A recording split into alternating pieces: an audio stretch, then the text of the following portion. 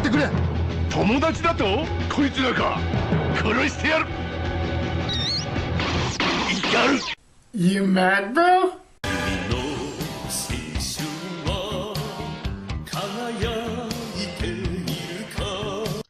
Does your youth shine? Choujinki Metalder. Hello and welcome to Choujinki ProtoMet, or Earth Alien ProtoMet. And, you know, it's been over 2 years since I started reviewing tokusatsu shows. And it's kind of dawned on me that in all that time, I haven't yet touched one of Toei's longer-running tokusatsu franchises, the Metal Heroes series. But that all changes today, as today I'm going to be talking about Choujinki Metalder, or Superhuman Robot Metalder. A dark shadow looms over the world. An evil warlord, God Neros, seeks to conquer the planet with his monstrous underlings. In order to stop God Neros, an aged scientist reactivates a machine he helped create during the Second World War. Awakened in the modern day, the 80s, the android Ryusei Tsurugi must learn to protect the world he knows very little about. And when his emotions reach their peak, Ryusei's body transforms into that of the superhuman machine Metalder. Now, I know what a lot of you are probably thinking. Metalder sure looks a lot like Kikaider. And yeah, he does. But aside from the visual similarity, Metalder, as well as his show, has a lot of differences from Kikaider. For example, Metalder doesn't have a glaring weakness that the villain exploits in literally every episode. Also, God Neros has a variety of henchmen at his disposal, none of which are animal-themed robots. In fact, only about half of them are even robots, with a fourth of them being armored human warriors and another fourth being bioengineered mutants. And they're all strong opponents for Metalder, with numerous instances of the hero just barely escaping defeat, even early on in this series, which just makes all the action scenes all the more exciting.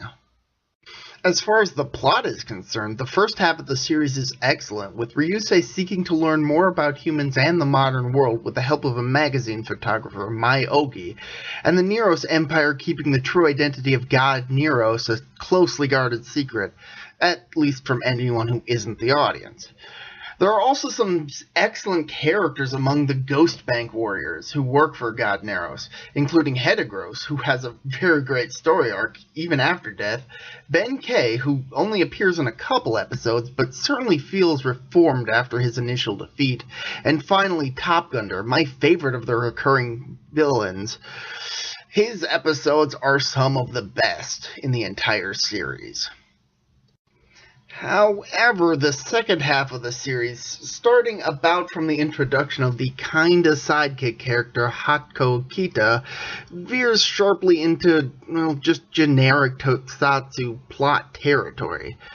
That's not to say that Hako drags the series down at all, as I feel he's actually a pretty good character.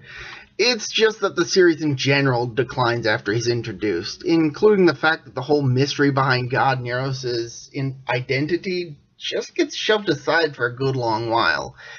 It does get better towards the very end, though. Now, despite the show's later decline into more cliche toku plot territory, I still strongly recommend checking out Choujinki Metalder. It's still a pretty darn good series with some excellent plot. It's also the shortest entry in the Metal Heroes series, at only 39 episodes. I guess they kind of decided to cancel it due to, I guess, poor ratings or something, which is kind of a shame. But it did kind of kick them in the butt to get back to the main focus of the series and its main plot, so good and bad. So yeah, again, I highly recommend checking out Choujinki Metalder. Until next time, guys, for Earth Alien ProtoMet, I'm ProtoMet. See ya!